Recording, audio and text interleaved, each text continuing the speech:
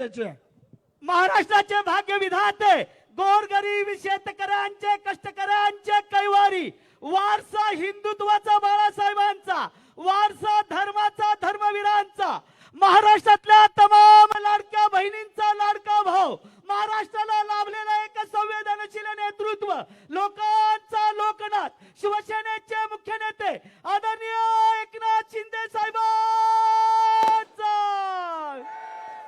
अरे आवाज कुणाचा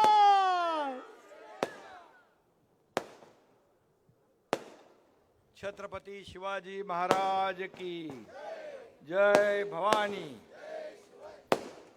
हर हर हर हर। कालच महाबळेश्वरचा प्रतापगडाच्या पायथ्याशी वाडा कुंभरोशी या ठिकाणी प्रचार सभा झाली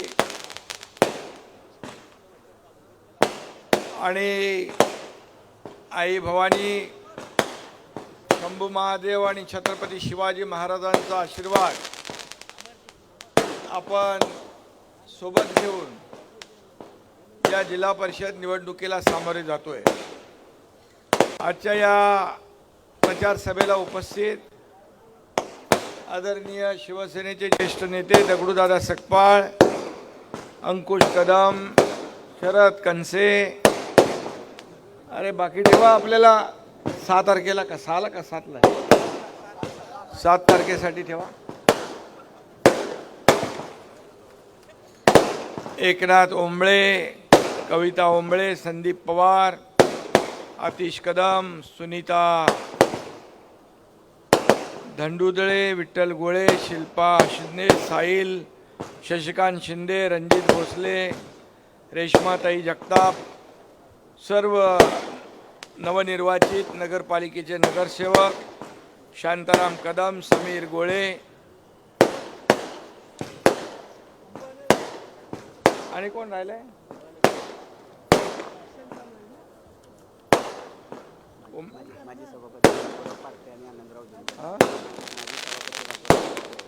माजी सभापती बापूराव पार्टे, आनंदराव जुनगरे, सर्व मान्यवर आणि व्यासपीठावर सर्व उपस्थित शिवसेना राष्ट्रवादी महायुतीचे सर्व पदाधिकारी आणि उमेदवारांची नावं घेतो। डॉक्टर अजित जाधव, प्रमिला यादव हे पण आहेत, संतोष साळुंके पाटील, आप्पा पडवळ, संकेत साठे, चंद्रकांत जाधव, राजेंद्र यादव, नलिनी पवार। मगाशी कागद वेगळा, हा कोणी दिला रे? बर। आणि जमलेल्या माझ्या तमाम लाडक्या बहिणींनो, लाडक्या भावांनो, सगळ्यांना मी शुभेच्छा द्यायला आलोय, विनंती करायला आलोय। काल वाडा कुंभरोशी या ठिकाणी सभा झाली आणि ही देखील अचानक रात्री सभा आम्ही ठरवली। रात्री 12 वाजता मी बोललो जाताना इथून लोकांना भेटून जाईन आणि लोकांना विनंती करून जाईन आणि मग एवढ्या कमी वेळामध्ये आपण एवढ्या मोठ्या संख्येने उपस्थित झालात त्याबद्दल मनापासून आपल्याला धन्यवाद देतो। आणि लाडक्या बहिणी जास्त संख्येने दिसत आहेत, त्यामुळे ज्या उमेदवारांच्या पाठीमागे महिला त्या उमेदवारांचा मतपेटीत नंबर पहिला। हे मी असं उगाच बोलत नाही, विधानसभेत मी बघितलं, नगर परिषदेमध्ये बघितलं, महापालिकेत मी पूर्ण महाराष्ट्रात सगळीकडे फिरलो, त्यावेळेस मला आलेला अनुभव जो आहे, विधानसभेत तर तुम्ही सुपडा साफ करून टाकला, एवढा केला की पार त्यांना आता विरोधी पक्षनेता पण नाही मिळाला। कारण मुख्यमंत्री मी असताना माझी लाडकी बहीण योजना आम्ही सुरू केली आणि मला त्याच्यामध्ये समाधान आहे, आनंद आहे। की मगाशी ओंबळेंनी सांगितलं की मला सगळ्यात आनंद आणि सगळ्यात माझं मानाचं मोठं पद कुठलं असेल तर या महाराष्ट्रातल्या लाडक्या बहिणींचा लाडका भाऊ ही माझी ओळख सगळ्यात मोठी आहे. त्या अनेक लोकांनी विरोध केला, अनेक लोक कोर्टात गेले, अनेक लोकांनी खोडा घातला. ही लाडकी बहीण योजना काय फसवी आहे, काय करणार नाहीत, हे फक्त चुनावी जुमला आहे. काही लोक कोर्टात गेले, कोर्टाने त्यांना फटकारलं. पण मी त्यावेळेस मात्र माझ्या लाडक्या बहिणींना भाषणातून सांगायचो, ज्यांनी तुमच्या योजनेला विरोध केला आहे त्या दुष्ट आणि सावत्र भाऊ तुमच्याकडे मतं मागायला आले, खोडा घातलेल्या लोकांनी त्यांना चांगला जोडा दाखवा. तुम्ही एवढा मोठा जोडा दाखवला की 7, 8, 9 नंबर सोडून द्या, 10 नंबर सोडून द्या, 232 नंबरचा जोडा दाखवला एवढा मोठा. 232 महायुतीचे आमदार या महाराष्ट्राच्या इतिहासात पहिल्यांदा तुम्ही आणले. तुम्ही चमत्कार घडवला. माझ्या लाडक्या बहिणींनी, लाडक्या भावांनी, कारण लाडक्या बहिणींनी आपल्या घरी पण सगळ्यांना सांगितलं बिलकुल चलेगा नाही, आता तुम्हाला महायुतीलाच विजय करावा लागेल. आणि म्हणून इतिहास घडला. आणि 2.5 वर्षाचा माझा जे काय मुख्यमंत्री पदाचा कारकीर्द आपण पाहिली. मी लाडकी बहीण योजना आम्ही सुरू केली, लेक लाडकी लखपती योजना सुरू केली, एस टीमध्ये 50% सवलत देण्याचा निर्णय घेतला.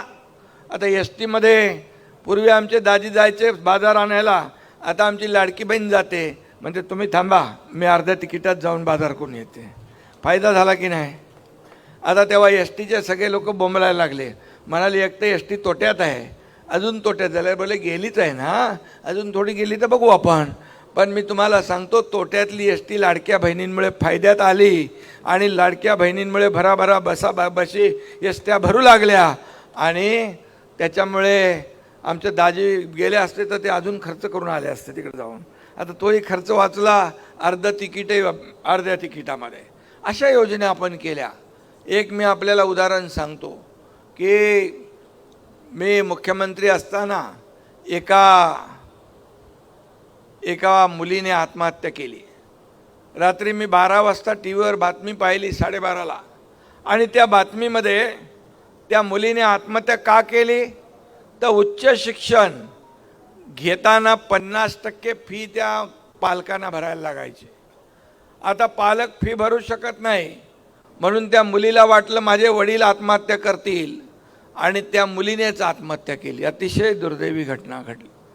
पण एकनाथ शिंदे संवेदनशील मुख्यमंत्री होता. मी ताबडतोब 50% फी सरकार भरत होतं, 50% फी पालक भरत होते. ती 50%ची 100% फी माफ करून टाकली. मी म्हणालो सरकार कोणासाठी आहे? सर्वसामान्य लोकांसाठी सरकार आपण म्हणतो. मग सर्वसामान्य घरातली एक मुलगी आत्महत्या करत असेल शिक्षणासाठी तर सरकारचा आपल्या काय उपयोग आहे? असे अनेक निर्णय आपण घेतले. शेतकऱ्यांसाठी शेतकरी सन्मान योजना केली. वर्षाला 6,000 रुपये केंद्र सरकार द्यायचं, आपण 6,000 रुपये चालू केले. शेतकऱ्यांना अनेक योजना आपण सुरू केल्या. या ठिकाणी सततच्या पावसामुळे होणारं नुकसान मिळत नव्हतं, ते देण्याचं काम आपण सुरू केलं. मला वाटतं वयोश्री योजना आपण सुरू केली. योजनांचं जर वाचायला गेलो तर आपल्याला वेळ पुरणार नाही. आणि म्हणून सिंचन प्रकल्प जे मागच्या सरकार महाविकास आघाडी सरकारमध्ये 2.5 वर्षाच्या काळात फक्त 4 मंजूर होते, एकनाथ शिंदे मुख्यमंत्री असताना 180 प्रकल्प आपण मंजूर केले सिंचनाचे. हा इतिहास आहे. आणि म्हणून 2.5 वर्षामध्ये मी पायाला भिंगरी लावून या राज्यात फिरलो. या सर्व राज्यभरामध्ये ज्या ज्या लोकांना भेटलो तिथले प्रश्न समजून घेतले, त्यांना वाचा फोडण्याचं काम केलं, न्याय देण्याचं काम केलं. आणि म्हणूनच या झालेल्या विधानसभेच्या निवडणुकांमध्ये प्रचंड असं यश या महाराष्ट्रातल्या जनतेने महायुतीला दिलं. ही वस्तुस्थिती आहे. झालेल्या त्याच्या पूर्वीच्या लोकसभेच्या निवडणुकांमधला निकाल आपण पाहिला होता, पण तो निकाल कसा पलटवला आपण आणि 232 आमदार निवडून आणले, ही इतिहास आहे.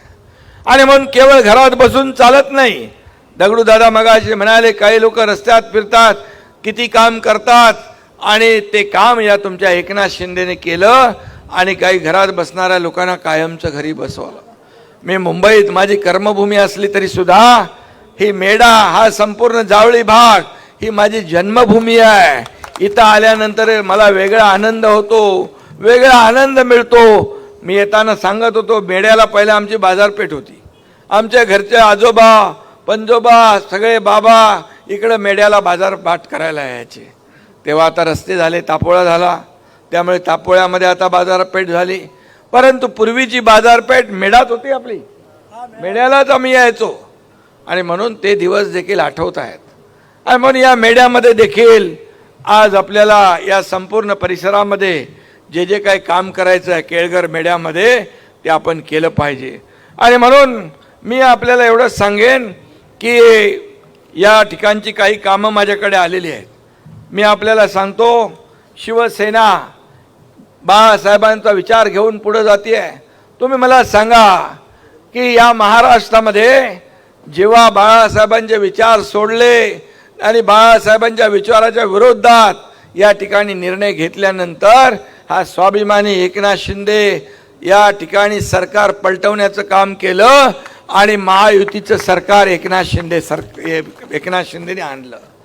हे धाडस लागतं, हे या मातीमधलं धाडस आहे. हे छत्रपती शिवाजी महाराजांच्या पदस्पर्शाने पावन झालेली भूमी आहे. इथल्या कणाकणामध्ये राष्ट्राभिमान आहे, या कणाकणामध्ये देशभक्ती आहे, या कणाकणामध्ये स्वाभिमान आहे. आणि म्हणून जिथं स्वाभिमान गहाण टाकण्याचं काम झालं त्या ठिकाणी एकनाथ शिंदेने छातीचा कोट केला आणि या ठिकाणी बाळासाहेबांच्या विचाराचं सरकार या महाराष्ट्रामध्ये आणलं. त्यावेळेस तुम्ही टीव्हीवर बघत असाल की काय चाललं होतं. एकनाथ शिंदेने फक्त महाराष्ट्राने नाही, एकनाथ शिंदेच्या कामाची दखल घेतली, या देशाने घेतली, या जगातल्या 32 देशाने घेतली. कोण आहे हा एकनाथ शिंदे? अरे कोण आहे हा एकनाथ शिंदे? सर्वसामान्य कार्यकर्ता आहे, आनंद दिघे साहेबांचा चेला, बाळासाहेबांचा शिष्य आहे. परंतु हा स्वाभिमानी आहे, हा देशभक्त आहे, हा राष्ट्रभक्त आहे. जेव्हा बाळासाहेबांचे विचार तुम्ही पायी तुडवायला लागलात तेव्हा मग मी शांत बसलो नाही. आणि म्हणून 2.5 वर्ष जे काम केलं ते काम या जनतेच्या समोर आहे. आणि म्हणून मला जी संधी मिळाली त्या संधीचं सोनं करण्याचं काम तुमच्या एकनाथ शिंदेने केलेलं आहे.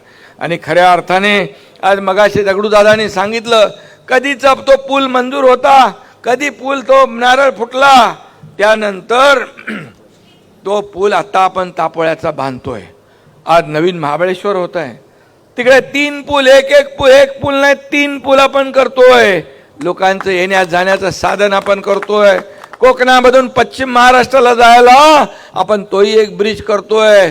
तापोळ्याच्या पलीकडे कांदाट खोऱ्याला जायला एक पूल करतोय. तापोळ्यातून आपटीला एक पूल करतोय. आणि म्हणून असे अनेक रस्ते, अनेक पूल आपण या ठिकाणी केलेले आहेत.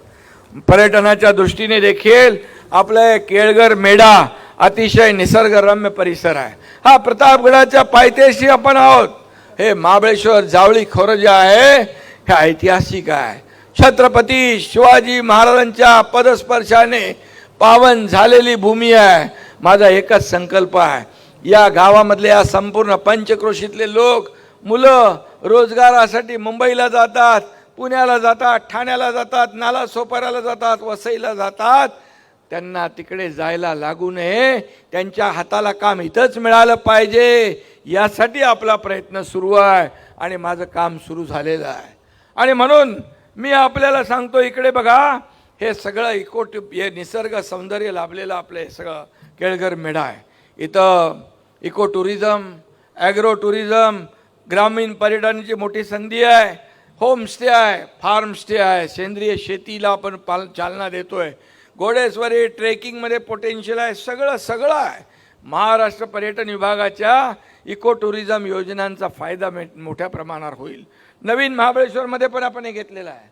नवीन महाबळेश्वरमध्ये देखील तुमच्या गावाच्या इकडच्या भागातल्या ज्या सूचना असतील त्याचा देखील अंतर्भाव यामध्ये केला जाईल. कुणाच्यावर अन्याय होणार नाही. एकनाथ शिंदेने कुणावर अन्याय केला नाही. एकनाथ शिंदेने नेहमी देण्याचं काम केलं आहे, कोणाचं घेण्याचं काम केलं नाही. मला काय मिळालं यापेक्षा जनतेला काय मिळणार हे पाहणारा एकनाथ शिंदे आहे. आणि म्हणून संपत्ती किती कमवली, प्रॉपर्टी किती कमवल्या, पैसा किती कमवला यापेक्षा माणसं किती कमवली आणि माणसांचं प्रेम किती कमवलं हे पाहणारा एकनाथ शिंदे आहे. आणि म्हणून एकनाथ शिंदे तुमचा जातो तिथे, तुमच्या जिल्ह्यात तर माझी इथं जन्मभूमी आहे, परंतु ज्या ज्या भागात जातो, राज्यात जातो, राज्याच्या बाहेर जातो, लोकांना एक आवडीने प्रेमाने आशीर्वाद देतात. याचं कारण एवढंच की मी फक्त आणि फक्त 2.5 वर्ष जे काम केलं, आताही काम जे करतोय ते सर्वसामान्य लोकांसाठी, सर्वसामान्य लोकांना न्याय देण्यासाठी मी गरिबी पाहिलेली आहे. मी लाडकी बहीण योजना का सुरू केली आपल्याला सांगतो. मी माझ्या आईची तगमग पाहिली आहे, आईची काटकसर पाहिली आहे, या ठिकाणी पत्नीची काटकसर पाहिली आहे. महिना कसा चालवायचा, महिना कसा काढायचा हे मी डोळ्याने पाहिलं. जेव्हा मुख्यमंत्री मी झालो तेव्हा विचार केला माझ्या लाडक्या माता भगिनींसाठी ही योजना आपण करू, आणि त्यातूनच लाडकी बहीण योजनेचा जन्म झाला. आणि तुम्हाला मी सांगू इच्छितो, कुणी किती अफवा पसरवल्या तरी सुद्धा लाडकी बहीण योजना कधीही बंद होणार नाही. हा तुमच्या एकनाथ शिंदेचा शब्द आहे. 1500 रुपयावर आम्ही थांबणार नाही, जे आम्ही बोललोय ते करणार. विरोधक विचारतात 2100 रुपये कधी देणार, देणार योग्य वेळी देणार. जो शब्द आम्ही दिलाय तो पाळणार. आणि एवढ्यावर आम्ही थांबणार नाही. माझ्या लाडक्या बहिणींना स्वतःच्या पायावर उभं करायचं आहे. स्वतःच्या पायावर उभं करून या लाडक्या बहिणींना लखपती झालेलं आम्हाला बघायचं आहे. काही लाडक्या बहिणींनी चांगल्या सक्सेस स्टोरी केल्यात. 10 लोक, 20 लोक, 50 लोक एकत्र येऊन सोसायटी सुरू केली आहे, छोटा मोठा व्यवसाय सुरू केला आहे. कालच मला कोणीतरी सांगितलं, एका कुटुंबात संजय मोरे गेला होता. त्यांनी त्या कुटुंबाला विचारलं कसं चाललंय तुमचं. बोले बघा आम्ही भात पिकवतो, नाचणी पिकवतो, आणि जे 1,500 रुपये आमच्या लाडक्या भावाने दिलेत त्याचं तेल, मिरची, चटणी आणतो आणि आम्ही आमचं घर भागवतो. काही लोकांचा अशी व्यवस्था आहे. मग मी दिलं, त्याचं काय तुम्हाला तर त्रास झाला, मी जे निर्णय घेतला याची का पोटदुखी झाली. अरे अशी पण कुटुंब आहेत दऱ्याखोऱ्यात राहणारी, त्यांना मिरची भाकरीसाठी देखील पैसे नाहीत. मग मी काय पाप केलं. आणि म्हणून माझ्या लाडक्या बहिणी ज्या आहेत, या लाडक्या बहिणींना माझं नेहमी एकच सांगणं आहे, तुम्हाला आणखी मला मोठं करायचं आहे. तुम्ही मोठं झालात, तुमचं कुटुंब मोठं होईल. तुम्हाला स्वतःच्या सहीने पैसे काढण्याचा अधिकार प्राप्त झाला आहे. तुमचा समाजामध्ये मान सन्मान वाढला आहे, घरामध्ये मान सन्मान वाढला आहे. पहिलं दुसऱ्याकडे हात करायला लागायचे, आता स्वतःकडे पैसे आहेत. त्यामुळे तुमची वट वाढलेली आहे, ताकद वाढलेली आहे. आणि म्हणून आणखी मला ही ताकद वाढवायची आहे. उद्योगधंद्यांच्या माध्यमातून उद्योजक आमच्या लाडक्या बहिणींना करायचं आहे. त्याचबरोबर मी आपल्याला सांगतो, तुम्ही छोटी मोठी जी उत्पादनं कराल, पापड, लोणची जे काय असतील ते विकणार कुठं आणि देणार कुठं, म्हणून त्याचं ब्रँडिंग देखील आपण करतोय. लाडकी बहीण बचत गट योजना, ज्यामध्ये महिला पापड, लोणची वस्तू ज्या काय बनवतात, बांबूला मोठ्या प्रमाणावर आपण लागवड केली आहे, बांबूचे बाय प्रॉडक्ट मोठ्या प्रमाणावर बनवतात, त्याचं वर्कशॉप ट्रेनिंग आपल्याला द्यायचं आहे. आणि त्यासाठी हे खरं हे विकत घेण्यासाठी 5 गणीमध्ये 14 कोटी रुपये खर्च करून आणि साताऱ्यात पवई नाक्यावर 20 कोटी रुपये खर्च करून आपण उमेद मॉल उभे करतोय, उमेदचे मॉल उभे करतोय. त्याचबरोबर या ठिकाणी आरोग्य व्यवस्था सुधारण्यासाठी देखील 100 खाटांचं स्वतंत्र महिला रुग्णालय आपण साताऱ्यात उभे करतोय. रस्त्याच्याबद्दल मी तुम्हाला बोलत नाही, परंतु रस्ते देखील आपण मंजूर केलेले आहेत. हा जो काही रत्नागिरी जिल्ह्याला जोडणारे 4 रस्ते एकत्र करून नवीन राज्यमार्ग 461 घोषित केला आहे. पाचवड, कुडाळ, मेढा, कोळघर, अंधारी, फळणी, मुनावळे, वाघळी, शेंबडी, दरेताम, पिंपरी, उचाट, खोपी, वेरळ, अनेक या भागातून 50 गावांना याचा फायदा होणार आहे. शेवटी लोकांना रस्ते पाहिजेत, लोकांना पूल पाहिजेत, लोकांना पर्यटन व्यवस्था पाहिजे, लोकांना या ठिकाणी रोजगार पाहिजे, त्यांच्या हाताला काम पाहिजे. मी बघितले ते मला कोणीतरी सांगितले इकडचे सगळे लोक मुंबईला आहेत, हा रोजगार नाही म्हणून. आणि म्हणून त्याच्यावरच मी काम करतोय. पैसे किती मंजूर केले मी सांगत नाही, पण आपल्याला मी एवढंच सांगतो की या शासन आपल्या ज्या काही सोयी सुविधा आहेत यासाठी विकासाला निधी कमी पडू दिला जाणार नाही, हा शब्द देखील आपल्याला मी देऊ इच्छितोय.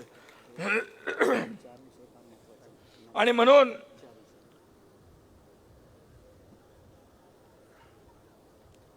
बोंडारवाडी धरण, मगाशी दादानी सांगितलं, बोंडारवाडी धरणाचं जे काही काम आहे, ते कशामुळे अडकले?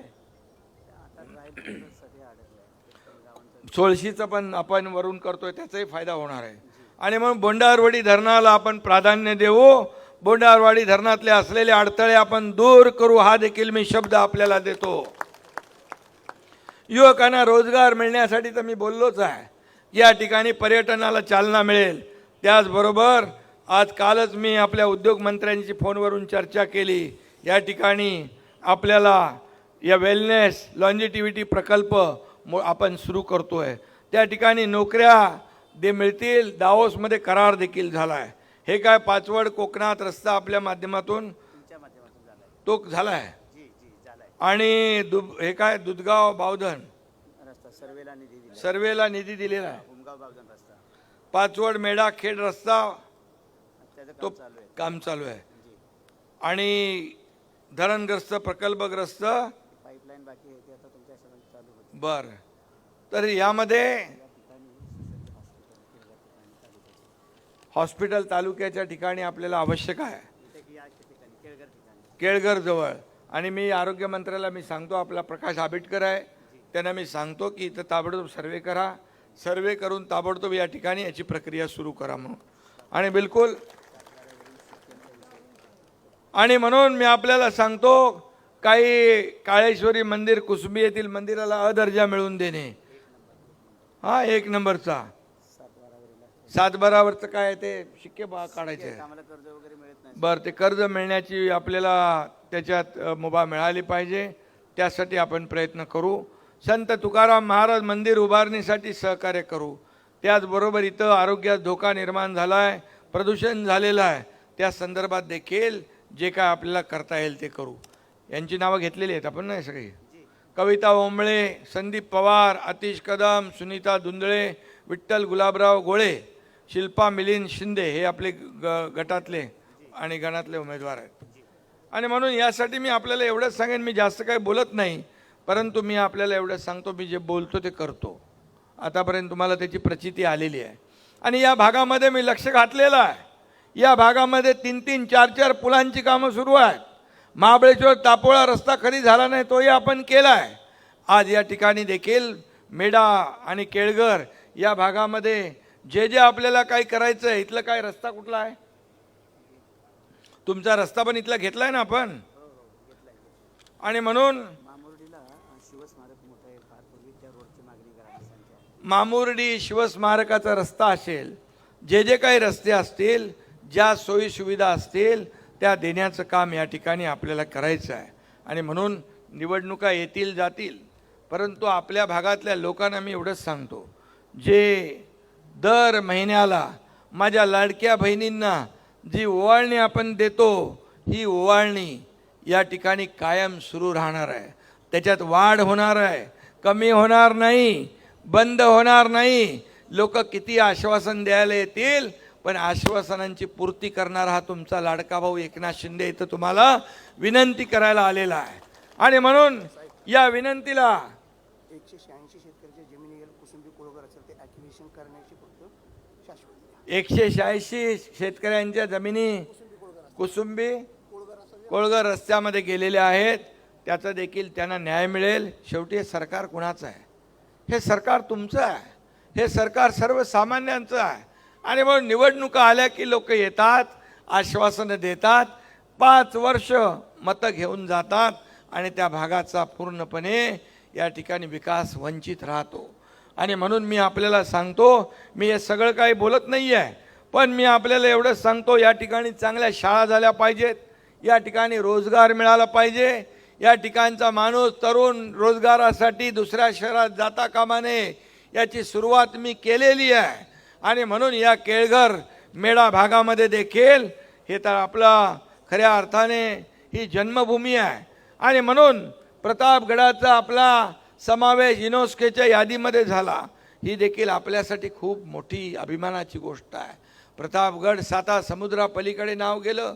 11 किल्ल्यांमध्ये प्रतापगडाचं नाव, त्यासाठी देखील आपण 127 कोटी रुपये प्रतापगडाच्या विकासासाठी आपण दिले. त्याचं काम सुरू आहे. कारण शेवटी छत्रपती शिवाजी महाराजांनी गडकोट किल्ले जे बांधले, हे कसे डोंगरावर बांधले, कसे बांधले असतील, कशा तोपा गेल्या असतील, कसे मोठमोठे दगड गेले असतील, याचा विचार जर आपण केला, कसं पाणी वरती असेल, काय हे चमत्कार आहे, अद्भुत आहे. आणि म्हणून अशा राजाच्या छत्रपती शिवाजी महाराजांच्या भूमीमध्ये आपण राहतो, आपला जन्म झाला, आपण सगळे भाग्यवान आहोत. आणि म्हणून या सर्व गडकोट किल्ल्यांचं संरक्षण देखील करण्याचा निर्णय आपण घेतलेला आहे.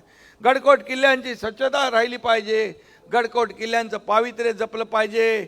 यासाठी MPCBच्या माध्यमातून आपले सिद्धेश कदम चेअरमन आहेत, त्यांनी एक योजना हाती घेतली आहे, ती देखील आपण राबवतोय. आणि म्हणून सर्व समावेशक योजना या ठिकाणी आपल्याला राबवायच्या आहेत. गोर गरिबांसाठी जे काही पाहिजे ते देण्याचं काम आपल्याला करायचं आहे. तुम्ही कधीही विचार केला नसेल की या सर्वसामान्य या जावळी खोऱ्यातला एकनाथ शिंदे मुंबईत काय ठाण्यात जाईल आणि कधी या राज्याचा मुख्यमंत्री होईल, कधी विचार केला होता? परंतु कामाने, कर्तृत्वाने या ठिकाणी तुमचा हा एकनाथ शिंदे मुख्यमंत्री झाला. का शेतकऱ्याच्या पोरानं मुख्यमंत्री होऊ नये? का गरिबाच्या घरातल्या पोरानं मुख्यमंत्री होऊ नये? का एक सर्वसामान्य कुटुंबातला मुख्यमंत्री होऊ नये? का एवढी मळमळ? रोज टीव्हीवर बघता एकनाथ शिंदे, एकनाथ शिंदे, एकनाथ शिंदे, झोपता उठता एकनाथ शिंदे, स्वप्नात पण एकनाथ शिंदे. किती शिव्या देणार, किती शाप देणार? पण तुम्ही जेवढ्या शिव्या शाप द्याल तेवढी या महाराष्ट्रातली जनता माझ्या पाठीशी उभी राहील, पाठीशी उभी राहील. आणि म्हणून जोपर्यंत या महाराष्ट्रातली जनता माझ्या लाडक्या बहिणी, भाऊ, शेतकरी, ज्येष्ठ या एकनाथ शिंदेच्या मागे उभे आहेत, तोपर्यंत मला कसली चिंता नाही. तुम्ही काही बोलत राहा, तुम्ही काही आरोप करा, तुम्ही काही टीका करा, एकनाथ शिंदे टीकेचं उत्तर तुम्हाला कामातून देईल, तुमच्या आरोपाचं उत्तर कामातून देईल. हे माझा स्वभाव आहे. आणि म्हणून मी आपल्याला सांगतो, मी विनंती करायला आलोय. मी एकदा शब्द दिला, मी जे जे वाचलं इथे, जे जे मी बोललेलो आहे, या ठिकाणी वेलनेस सेंटर झालं पाहिजे, मोठ्या प्रमाणामध्ये पर्यटनाला चालना मिळाली पाहिजे, निसर्गाचं सौंदर्य लाभलेलं आहे, केळझर मेढा आहे, हा जावळी खोरा आहे, या निसर्गाच्या सौंदर्यामध्ये आपण राहत आहे. पण या ठिकाणी पर्यटक आला पाहिजे, रोपवे झाले पाहिजे, रस्ते झाले पाहिजे. नवीन महाबळेश्वरमध्ये देखील तुमचा अंतर्भाव केला आहे, त्या ठिकाणी देखील तुम्हाला सांगतो, कुणाची 1 इंच जमीन देखील आम्ही घेणार नाही, उलट तुम्हाला देण्याचं काम करणार. या ठिकाणी नवीन महाबळेश्वरच्या माध्यमातून जे जे काही देता येईल, जे जे काही करता येईल ते करण्याचं काम करू आपण. छोटे मोठे उद्योग कसे सुरू होतील, माझ्या लाडक्या बहिणींसाठी, माझ्या लाडक्या भावांसाठी, युवकांसाठी मी पुन्हा एकदा सांगतो, मी संकल्पना केलेली आहे, मी संकल्प घेतलेला आहे की या भागातला तरुण आई बापाला सोडून मुंबई, पुणे, ठाण्यासारख्या शहरामध्ये नोकरीला जाता कामा नये, त्याच्यावर ही वेळ येता कामा नये. त्यांनी आपल्या भूमीमध्ये, जन्मभूमीत राहून आपल्या आईवडिलांची सेवा करून इथंच त्याला रोजगार मिळाला पाहिजे. हे तुमच्या एकनाथ शिंदेचं स्वप्न आहे आणि ते स्वप्न मी पूर्ण केल्याशिवाय स्वस्थ बसणार नाही. आणि म्हणून मी आपल्याला एवढंच सांगतो, या भागामध्ये खूप मोठ्या प्रमाणावर पर्यटनाला चालना देण्याचं वाव आहे, संधी आहे. मला विचारायचं, यापूर्वीचे जे कोणी राज्यकर्ते होते त्यांनी हे करायला पाहिजे होतं, परंतु निवडणुका आल्या की घोषणा करतात, फसवतात, मतं घेतात आणि आपलं काम करून निघून जातात. 5 वर्षांनी पुन्हा येतात आणि मग तुम्ही विसरून जाता. पण तुम्हाला मी सांगतो, हा एकनाथ शिंदे निवडणुकीपुरता नाही आहे, हा एकनाथ शिंदे कायम आहे.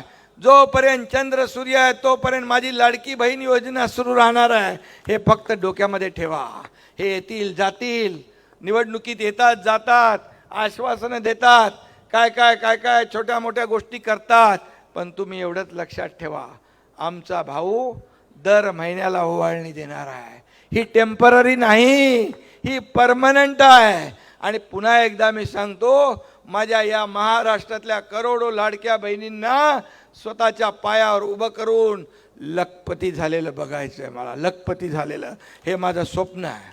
आणि तुम्हाला माहीत आहे, हा एकनाथ शिंदे बोलतो ते करतो. बाळासाहेबांनी, आनंद दिघे साहेबांनी आम्हाला शिकवलं आहे, शब्द देताना 10 वेळा 100 वेळा विचार करा.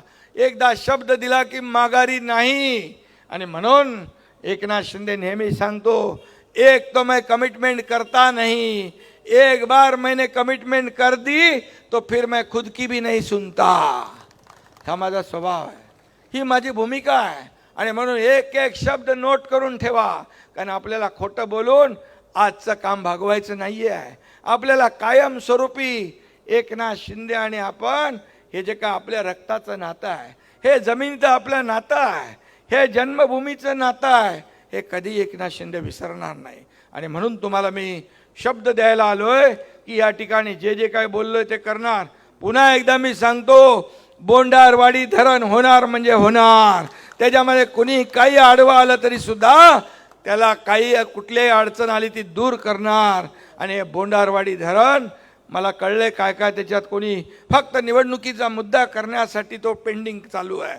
पण मी आपल्याला सांगतो, निवडणुका येतात जातात हो, निवडणुका येतात जातात, सत्ता येते पुन्हा येते जाते परत येते, पण एकदा नाव गेलं की परत येत नाही, नाव गेलं की परत येत नाही. आणि म्हणून मी आपल्याला शब्द देतो, बोंडारवाडीच्या बद्दल कोणी किती आडवं आलं तरी बोंडारवाडी धरण तुमच्यासाठी झालं पाहिजे. आणि इथं पर्यटनाला चालना मिळाली पाहिजे, लोकांच्या हाताला रोजगार मिळाला पाहिजे. माझ्या लाडक्या बहिणींचे भाऊ असतील, मुलं असतील, इथून रोजगारासाठी दुसऱ्या शहरात जायला लागता कामा नये, हे स्वप्न आहे माझं. आणि म्हणून मला आता तुम्ही सांगा, मी जे बोललोय ते सगळं करणार, पण तुम्ही येत्या 5 तारखेला काय करणार? 5 तारखेला काय करणार? काय करणार? काय निशाणी आहे आपली? धनुष्यबाण एवढं हळूहळू बोलल्यावर कसं ऐकायला आहे ना? धनुष्यबाण आणि आणखी पण दुसरं पण काय ना त्याच्यासोबत, जी जी आपली महायुतीची निशाणी आहेत त्या बघा. आणि त्या ठिकाणी आपल्याला त्या निशाणीवर बटन दाबायचं आहे. बघा, संधी एकदाच येते, परत परत येत नाही. एकदा तुम्ही चूक केली 5 वर्ष तुमची वाया जातील. आणि म्हणून जे मी बोलतो ते करतो. म्हणून तुम्हाला मी विनंती करायला आलोय, या संपूर्ण महायुतीचे जेवढे उमेदवार आहेत त्यांच्या पाठीशी उभे राहा. त्यांच्या पाठीशी मी उभा आहे. आणि तुमचं मत म्हणजे विकासाला मत, तुमचं मत म्हणजे एकनाथ शिंदेला मत, आणि एकनाथ शिंदेला मत म्हणजे माझ्या लाडक्या बहिणी भावांना मत, हे मी सांगायला आलो आहे. एवढीच विनंती करतो. पुन्हा एकदा सगळ्यांना मनापासून धन्यवाद देतो, मनापासून आपले आभार मानतो. जय हिंद, जय महाराष्ट्र. धन्यवाद साहेब. बोले तसा चाले त्याची वंदावी पाऊले. या ठिकाणी मेढा नगर पंचायतीचे निवडून आलेले नगरसेवक